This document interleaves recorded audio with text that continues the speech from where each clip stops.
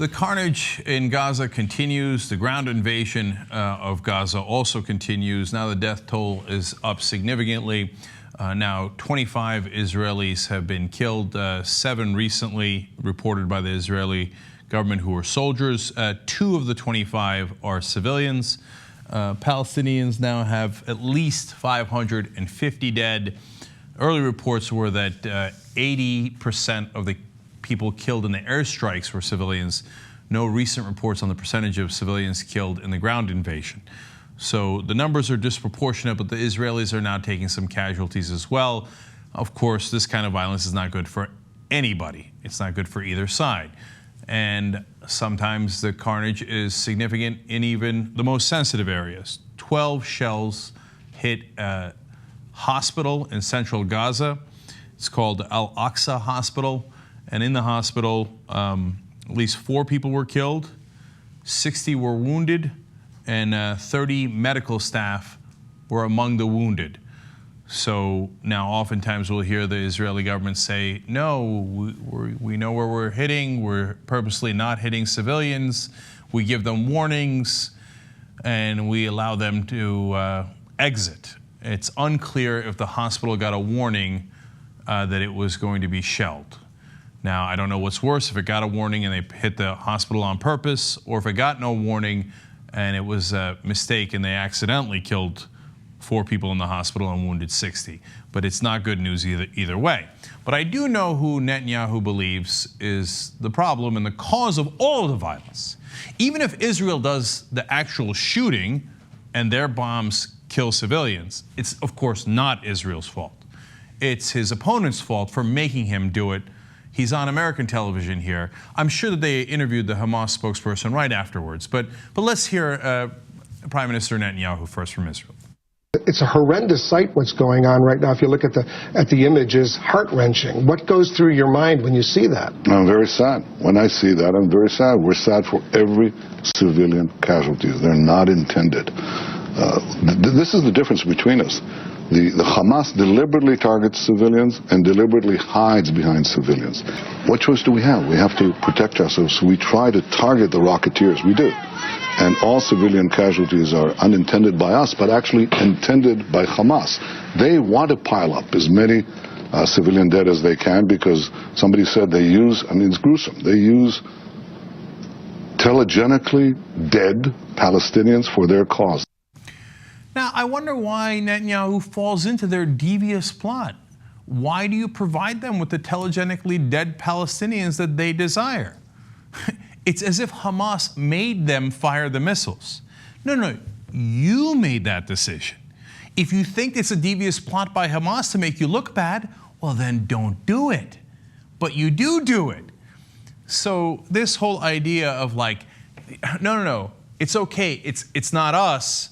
Even though we pushed the button, for example, 4 dead kids on the beach, right, having nothing to do with Hamas. There's no tunnel underneath the beach. There's no building where they're firing the rockets from. Why did you hit the hospital? What, Hamas made you hit the hospital? Hamas made you kill the 4 kids on the beach?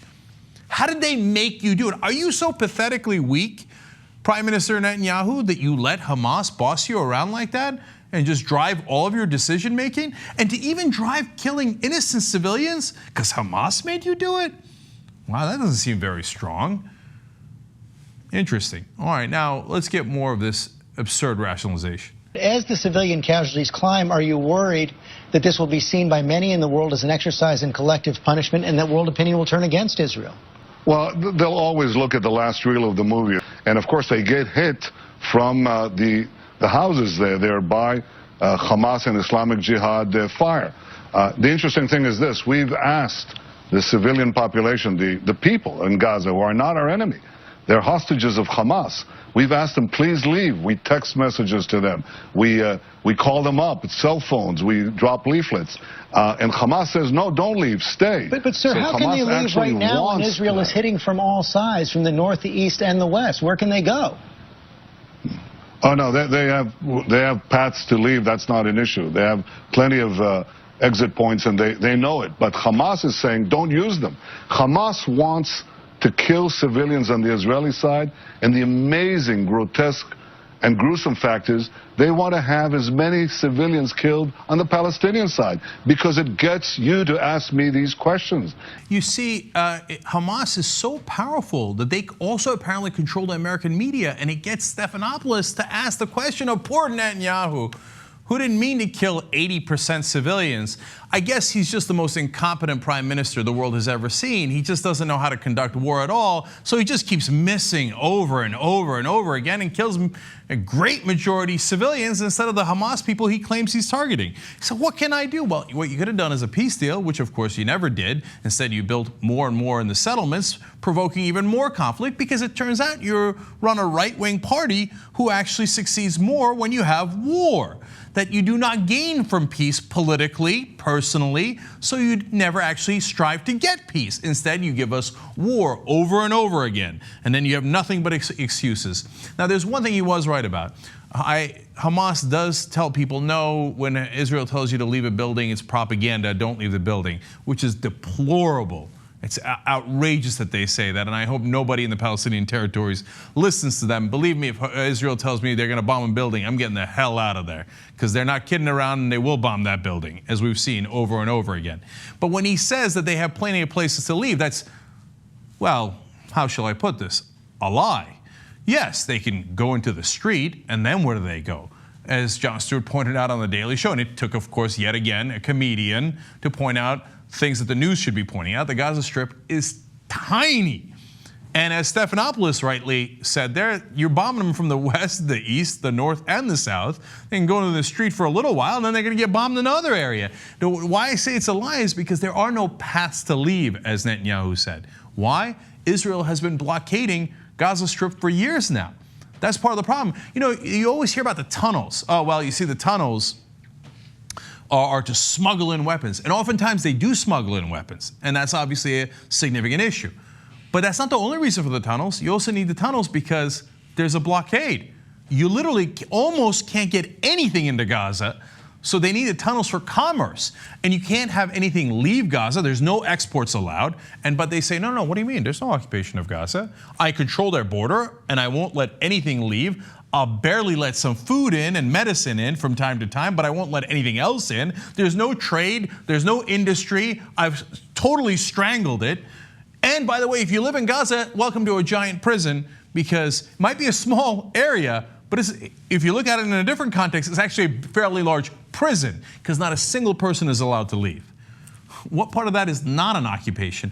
But it's okay, because poor Netanyahu, he can't control any of these things that Israel does.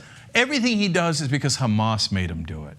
Oh, well, that ought to explain it. Poor Netanyahu, with his nuclear weapons and Iron Dome and tremendous weaponry that Israel itself has built, and then tremendous weaponry the U.S. has given him on top, and the $3.1 billion we give every year, which, by the way, is per capita $378. The U.S. taxpayer gives, in effect, every Israeli citizen $378 in terms of the aid that we give Israel. But poor Netanyahu, he couldn't do anything but create more and more war because Hamas made him do it. There was just no other option for peace. He couldn't go to the table. He couldn't stop building the settlements. He just had to bomb them and kill mainly civilians. You see how this isn't his fault at all. All right, now here comes John Kerry. He's going to get involved in this Gaza situation, and he's going to tell us that Israel is, I hope you're sitting down, always right. Let's watch. Understand that what you were saying is that the U.S. is comfortable with Israeli actions thus far, but you would like to see a ceasefire. Candy, please. No country, no human being is comfortable with children being killed, with people being killed, but we're not comfortable with Israeli soldiers being killed either. The fact is that we've asked Israel, and Israel has said we will try to reduce whatever we can with respect to civilian involvement, and civilians have been warned to move well ahead of time. The fact is that Hamas uses civilians as shields, and they fire from a home and draw the fire into the home precisely to elicit the kind of question you just asked. See, again, Netanyahu's always right. Israel's always right. Hamas made them kill all those civilians. They had no other choice. There's none whatsoever. Like a 20% civilian kill rate, not an option. It had to be near 80%. Okay. Now, if you're wondering, hey, wait a minute, the Netanyahu clip and the Kerry clip sounded a little similar. Well, we thought the same thing, and we put them next to one another. You be the judge. We try to target the rocketeers. We do. We've asked Israel, and Israel has said we will try to reduce whatever we can with respect to civilian involvement. We've asked the civilian population, the people in Gaza who are not our enemy, we've asked them, please leave. We text messages to them. Civilians have been warned to move well ahead of time. What choice do we have? We have to protect ourselves. We support Israel's right to defend itself against rockets. And of course, they get hit from the houses there by Hamas and Islamic Jihad fire. And they fire from a home and draw the fire into the home. They want to have as many civilians killed on the Palestinian side because it gets you to ask me these questions. The fact is that Hamas uses civilians as shields precisely to elicit the kind of question you just asked. Remind me which country John Kerry works for again?